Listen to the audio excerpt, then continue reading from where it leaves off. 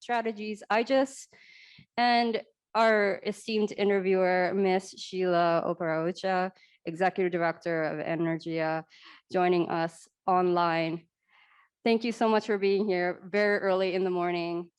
We're very pleased to have you. Miss Sheila, take it away. Thank you very much. Good morning, good afternoon, and good evening to all our participants joining us from different parts of the world. As you heard, my name is Sheila Oparaocha, and I'm the Director of the Energia International Network on Gender and Sustainable Energy.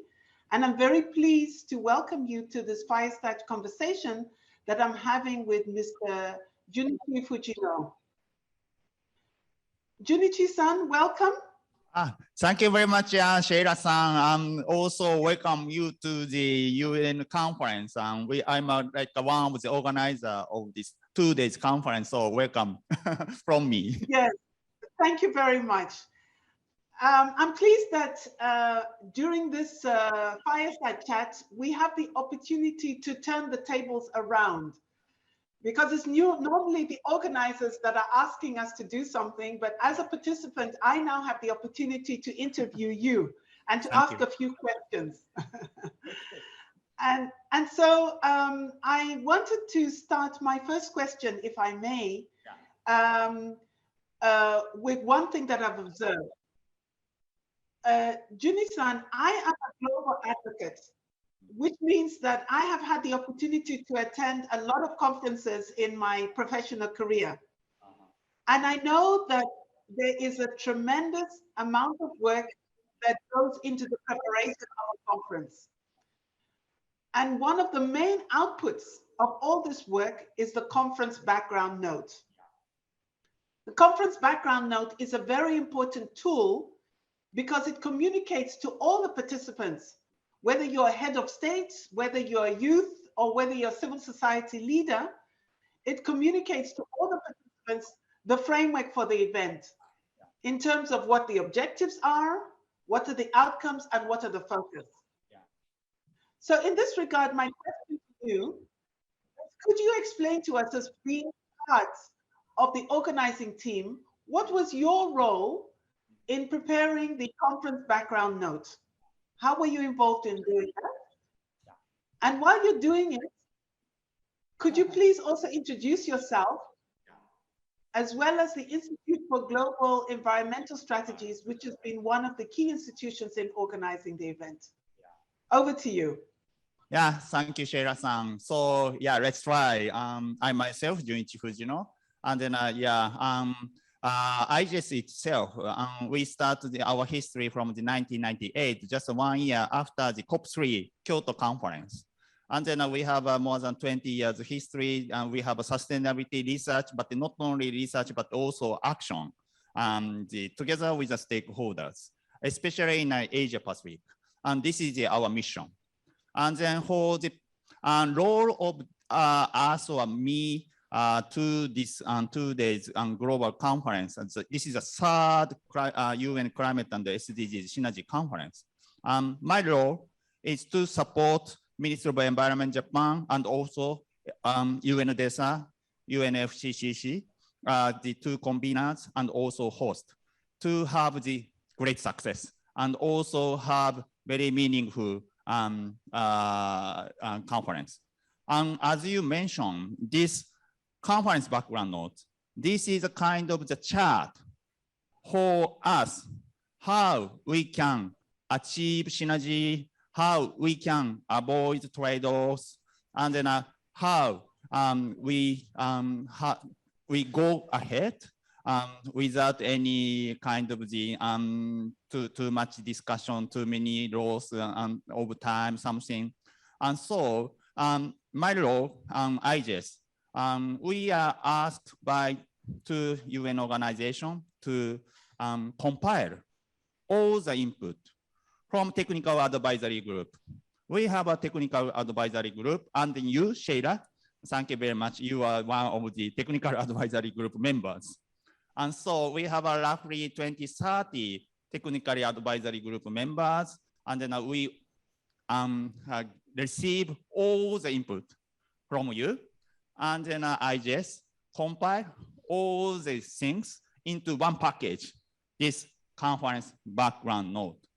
And then it's also kind of the exam for IGES, because if we cannot do compile well, we fail the game.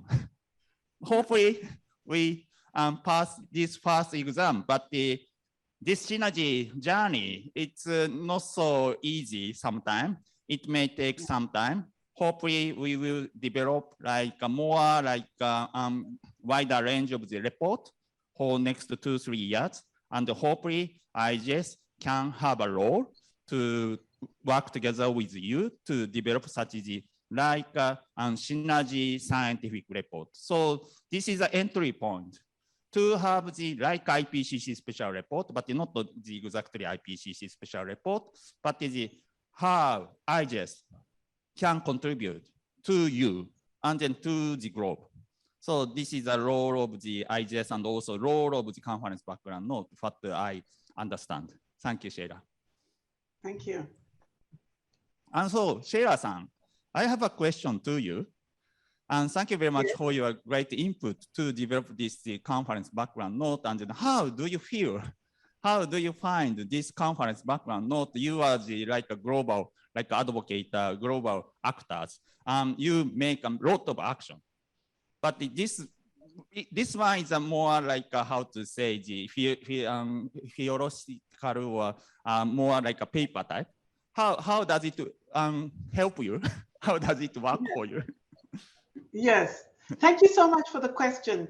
And thank you so much for explaining from your perspectives, the person who has really led the process, how we got to the conference background note and highlighting key important aspects of it. And let me first start by congratulating you. You asked me how I find the conference background note. I'd like to first congratulate you on it. I think it is very well written. And in my opinion, one of the reasons for it, although it was more work for you, but I think one of the key important, why it is such a good paper is because of the approach that you took to developing the note. You did not only take the inputs from the organizers, but you indeed had a technical advisory group. And I was, like you mentioned, I was on the technical advisory group, but I was able to participate in the group very openly and to provide all my opinions together with others. But we were a mixture from different institutions, from different disciplines. I myself am a gender expert. I'm from a civil society organization. I also work in Africa. There were others there that were from universities. There were others from business. There were from international organizations. So because we were able to bring all these different types of input into the conference note, it made it very holistic. And I think it then responded to the objectives of the conference to really focus on the synergies. So I congratulate you for doing that. Yeah, in terms of the content, one of the key things, what I really liked from the conference background note, there were a lot of very important messages. But for me, one of the most important messages is the urgency of the issues, that we don't have time, only 7 years to 2030 agenda. And we really need to make great strides if we're going to reach net zero by 2050.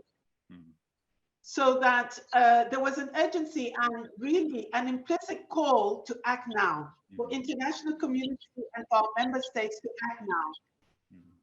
And it emphasized that we need to use a not for business approach. We need to be bold. And it encourages us to form transformational partnerships that form and foster and leverage multi-stakeholder collective actions on the interlinkages between the climate agenda and all the SDGs in order to move forward with a sustainable, inclusive, just and equitable transition to Agenda 2030 and net zero.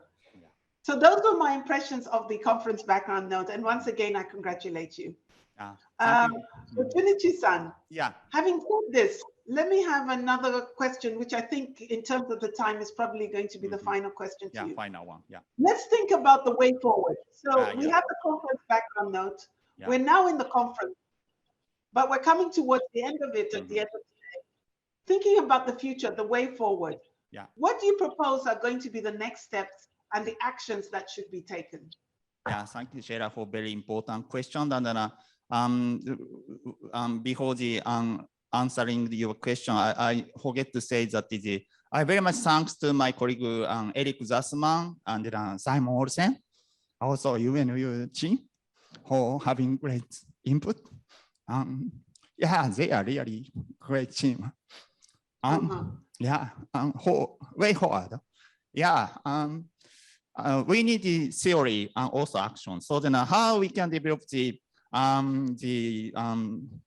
good plan or also the good design, how we will win the game.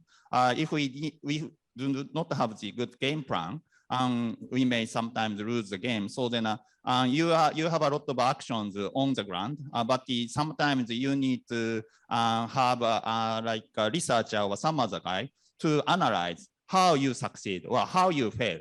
And then when we can develop such the methodology, also if we can develop the next norm, where we should go, and then how we can have the norm shifting through these kind of the synergy conference, fourth conference, maybe in New York, United Nations headquarters, or fifth, sixth, seventh, but not only the synergy conference, but also any other opportunity. If we can develop such the how winning the game, I think this is the next way forward from my side. Thank you.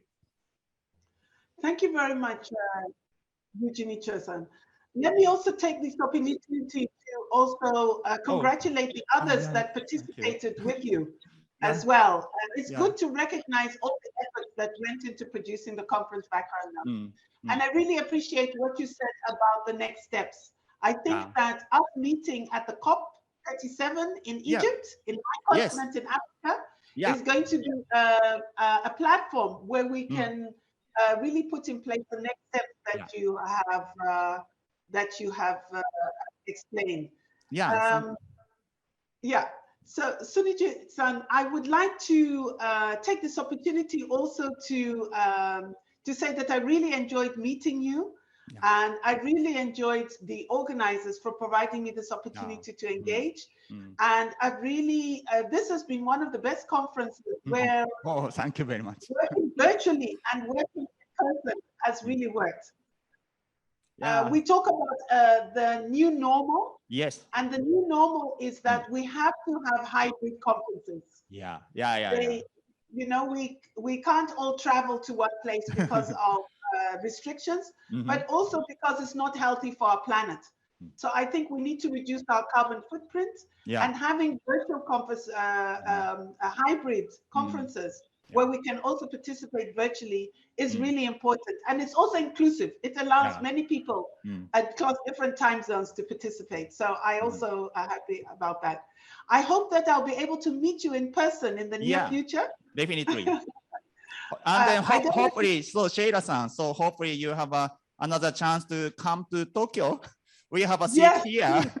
Unfortunately, you cannot come this time, but the next time, So let's meet each other, maybe Egypt or Montreal COP15, CBD COP15. Thank you very much. Thank you very much. If you're going to be in Egypt, we will meet in Egypt. And from Egypt, I will have the opportunity to welcome you to my continent. And definitely, I will find an opportunity to come and meet you in person in Tokyo as well. Thank you so much. It's been a pleasure speaking to you. And I wish you a very excellent rest of the conference and the closing. Thank you. Thank you very much, Sheila-san. Arigato. Thank you. Thank you very much, Mr. Junichi Fujino and Ms. Sheila Baraucha. This was an illuminating fireside chat.